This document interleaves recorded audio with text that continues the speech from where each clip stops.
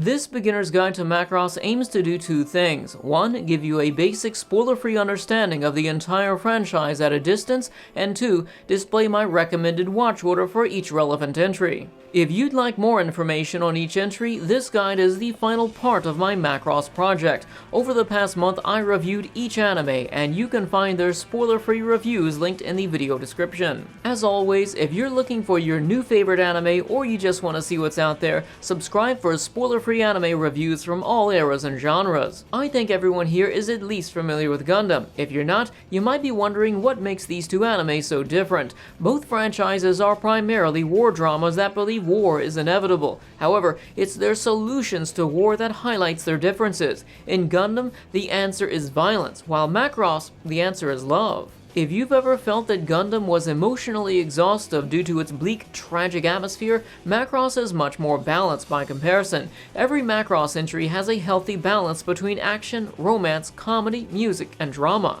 Each Macross series follows a formula for its overarching plot and characters. While the main plot is consumed with war, nothing is ever what it seems, as there's always a giant mystery surrounding their enemy that's gradually revealed. In addition to the mystery and tension of war, love flourishes between attacks. The suspense is doubled by a love triangle between its protagonist and two side characters, or on occasion three main characters.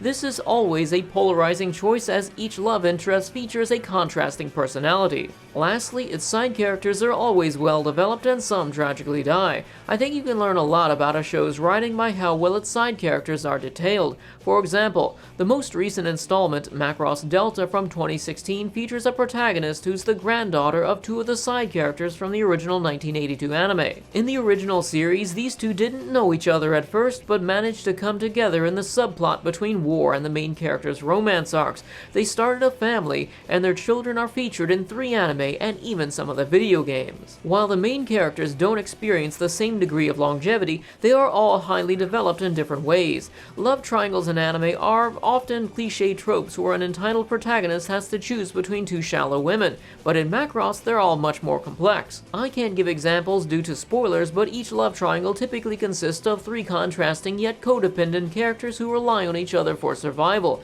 Sometimes they're rivals and other times they're friends, but there's usually an omnidirectional interaction that's the catalyst for their development. In fact, I'd consider a few of the Macross triangles to be in my top 10 favorite anime romances, even though they're a mech anime. In regards to its overall story, Macross begins when a mysterious starship crashes down to Earth, sparking the final World War.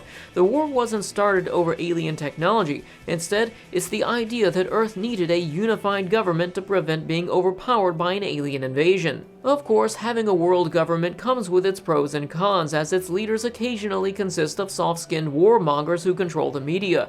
While this may not be the optimum solution, it further complicates each series, as you often find inner conflict within each side, keeping the war from feeling black and white. As predicted, an alien race known as the Zentradi come looking for the starship. Thankfully, humans already reverse-engineered most of its technology, allowing them to stand a chance against a Zentradi fleet. Unfortunately for them, the Zentradi have much more than a single fleet. They're a massive empire composed of clones bred to conquer. In war, you'd expect a tipping point where one side becomes stronger than the other. However, humans are never the strongest at any point in any Macross. Sure, humans have powerful alien technology, but it's only enough to defend, and they never win a war by brute force.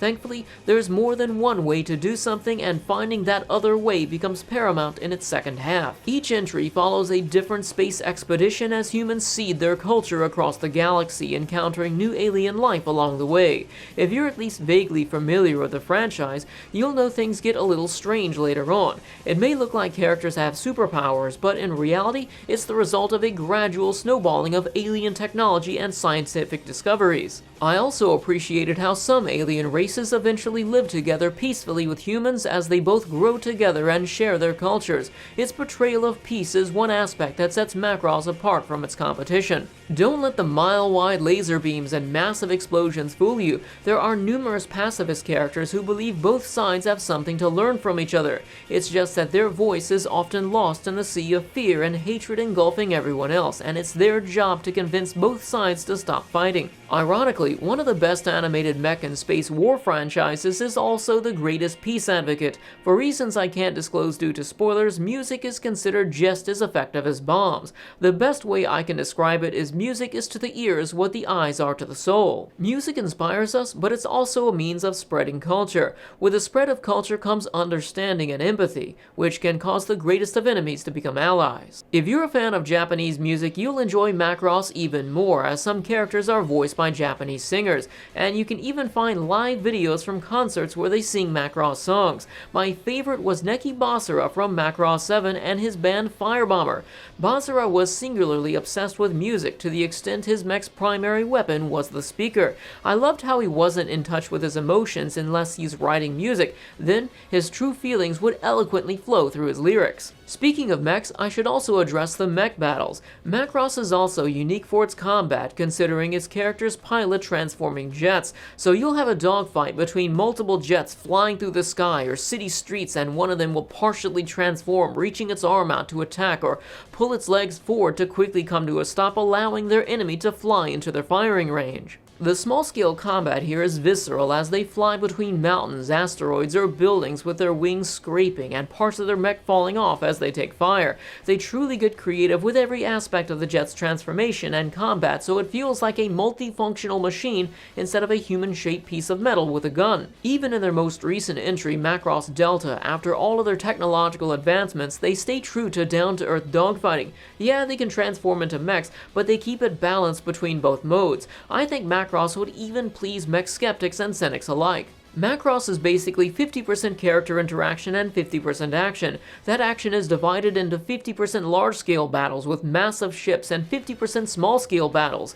Of the small-scale battles, they spend about half the time in jet form, so the robot forms aren't as prominent as you might expect. So I've already explained why the wars, characters, romance, and music are fascinating. Imagine experiencing them all at the same time. There are times when the protagonist is fighting in his jet against swarms of enemies while massive starships blast each other away in the background, and the intensity is heightened as the pilot tries to protect his lover as she's singing a song that's being played as background music and the lyrics are relevant to the plot. Macross knows how to take you places you never thought possible for an anime, and its best entries are a roller coaster of emotions that could potentially reach your top 10s of numerous genres at once. Moving on to the Macross watch order, I made you a chart, just watch them from top to bottom. The 3 extra Macross 7 entries should be seen once you reach episode 42 of Macross 7. There's supplementary content containing backstories and new adventures set within that period of the series. Macross 0 is a prequel to the original series. Still, I have that included in the middle of my list because Macross Frontier episode 10 is the first time its information becomes relevant.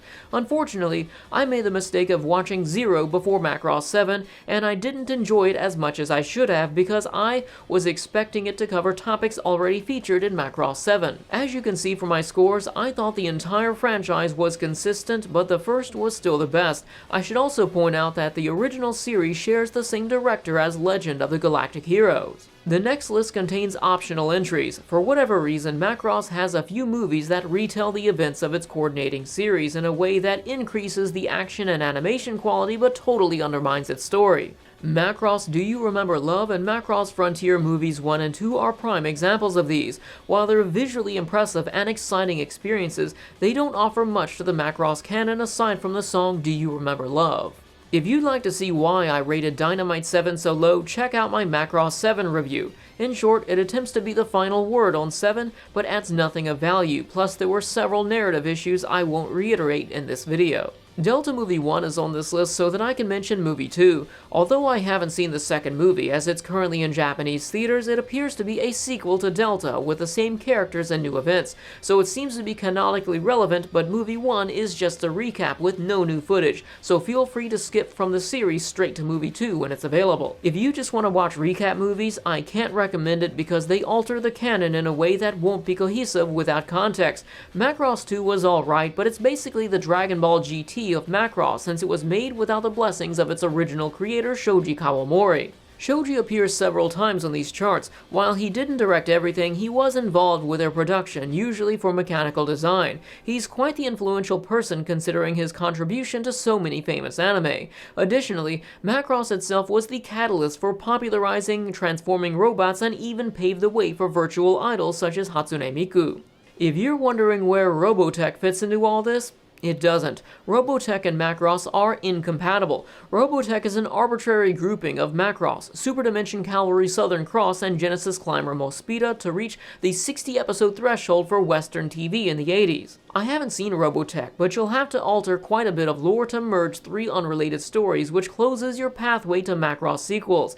My suggestion is to watch Macross instead, and if you want, just watch Mospeada and Southern Cross by themselves. Lastly, if you're wondering where to watch Macross, my advice is to just Google it. Macross is currently involved in some complicated licensing issues that should hopefully be resolved soon. Still, Google is your best bet considering you could be watching this video from anywhere in the world and at any time. Overall, Macross is an epic saga that's bound to deliver countless hours of enjoyment and is easily my favorite anime franchise. However, if you're intimidated by the amount of Macross anime, don't be. Each entry is part of the overarching universe, but they're all relatively self-contained. You have to watch them in order, but you can stop or take breaks whenever you want because each entry features a new set of heroes, and each end is the conclusion of that particular story. If you decide to check out Macross because of this video, come back and let me know what you think. After all, the whole point of this channel is sharing the wonders of anime. If you know someone who hasn't seen Macross, whether they like anime or not, link them this video and tell them Macross inspired Transformers and Top Gun. If you'd like more information on the original series, I've got links to my spoiler-free review for it and the rest of the franchise in the video description. Thanks for watching, and I'll see you tomorrow with some horror anime because I'm covering nothing but horror for the rest of the month, so I'll see you then.